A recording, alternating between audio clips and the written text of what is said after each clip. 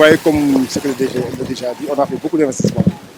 Mais on est confronté à des problèmes de comportement. Ce qui fait que tout ce qu'on a comme détritus et sable se retrouve dans ces canaux et dans les stations de pompage. Ce qui pose énormément de problèmes en termes d'entretien et en termes de gestion et ça coûte extrêmement cher. Et comme le DG le dit, cet argent-là aurait pu servir à faire autre chose ou bien à extendre maintenant notre réseau.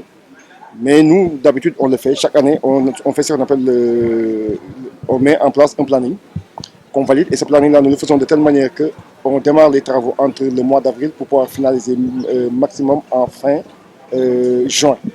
Donc c'est ça la première phase. C'est pour permettre de préparer les pluies.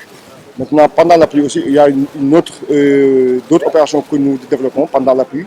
Et après la zone de pluie aussi, il y a d'autres opérations que nous développons. Ça permet tout au long, depuis avant même le commencement des pluies, pendant les pluies, après les pluies maintenant, de pouvoir mettre en œuvre des actions pour que les choses se passent normalement et que les ouvrages puissent fonctionner dans les meilleures conditions. Et ça, nous le faisons en relation avec nos sous-traitants qui sont là, qui sont des privés et qui sont dans le secteur et qui ont déployé vraiment les moyens qu'il faut pour que le travail puisse se faire normalement et dans les délais.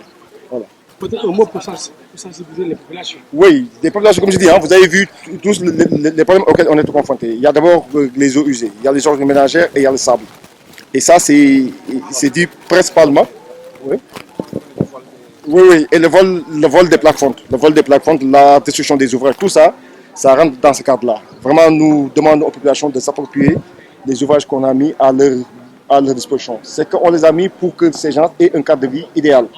Et comme je dis, les populations doivent être jaloux de leur environnement. Être jaloux de son environnement, c'est quoi? C'est éviter que ces ouvrages-là ne soient utilisés à d'autres fins, ou bien que ces ouvrages-là ne soient maintenant vandalisés. Vraiment, voilà ce que j'avais comme message à lancer.